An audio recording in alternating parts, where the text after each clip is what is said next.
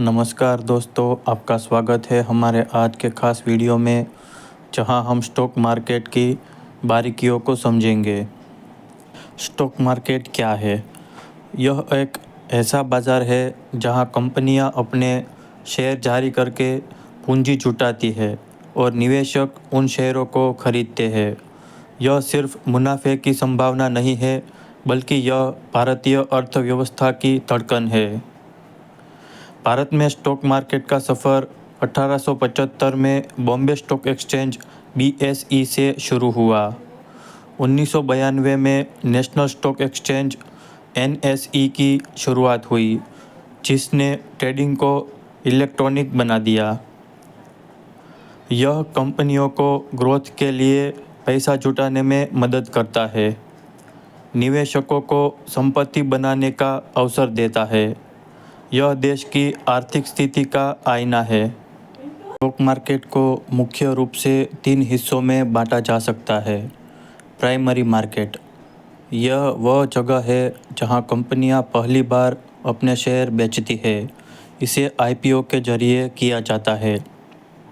उदाहरण के तौर पर, जब ज़ोमैटो ने 2021 में अपना IPO लॉन्च किया, तो यह एक बड़ी घटना थी। सेकेंडरी मार्केट, यहाँ पहले से जारी शेयरों का ट्रेड होता है। निवेशक इन्हें खरीद और बेच सकते हैं। उदाहरण के तौर पे, आपने किसी कंपनी का IPO खरीदा और अब आप इसे सेकेंडरी मार्केट में बेच सकते हो।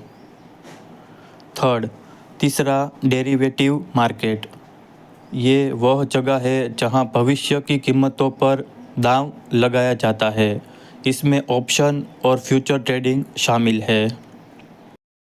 भारत में 2 प्रमुख स्टॉक एक्सचेंज है। बॉम्बे स्टॉक एक्सचेंज (BSE), यह एशिया का सबसे पुराना स्टॉक एक्सचेंज है। इसमें 5000 से ज़्यादा कंपनियां सूचीबद्ध है। दूसरा, नेशनल स्टॉक एक्सचेंज (NSE), यह आधुनिक ट्रेडिंग तकनीक के लिए जाना जाता है। इसका प्रमुख इंडेक्स है निफ्टी 50। BSE और NSE में मुख्य अंतर है ट्रेडिंग वॉल्यूम और कंपनियों की सूची। शेयर बाज़ार में निवेश करने के लिए आपको इन चीज़ों की ज़रूरत होती है। पहला, demat account, share electronic form में रखने के लिए। दूसरा, ट्रेडिंग अकाउंट, खरीदने और बेचने के लिए। तीसरा, बैंक अकाउंट, लेन देन के लिए। KYC प्रक्रिया, यह प्रक्रिया पैन कार्ड, आधार कार्ड और बैंक डिटेल्स के जरिए पूरी की जाती है।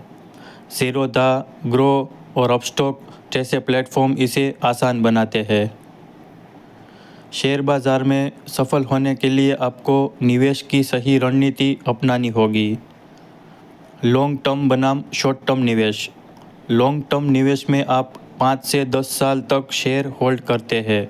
शॉर्ट टर्म निवेश तेज़ी से मुनाफा कमाने के लिए किया जाता है। डाइवर्सिफिकेशन का महत्व, अपना पैसा एक ही जगह लगाने की बजाय अलग अलग क्षेत्रों में निवेश करें। उदाहरण के तौर पर, अगर आप टेक, फार्मा और बैंकिंग सेक्टर में निवेश करेंगे तो रिस्क कम होगा। इंडेक्स और उनका महत्व। इंडेक्स किसी भी बाज़ार का बैरोमीटर है। यह बाज़ार की दिशा और प्रदर्शन को मापता है। सेंसेक्स और निफ्टी का अंतर। सेंसेक्स में BSE की 30 प्रमुख कंपनियां शामिल है। निफ्टी NSE की 50 कंपनियों का प्रतिनिधित्व करता है।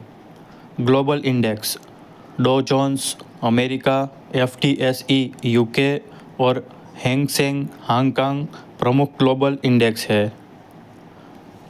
फंडामेंटल और टेक्निकल एनालिसिस, यह कंपनी के वित्तीय आंकड़ों, बैलेंस शीट और इंडस्ट्री ट्रेंड्स को समझने पर आधारित है।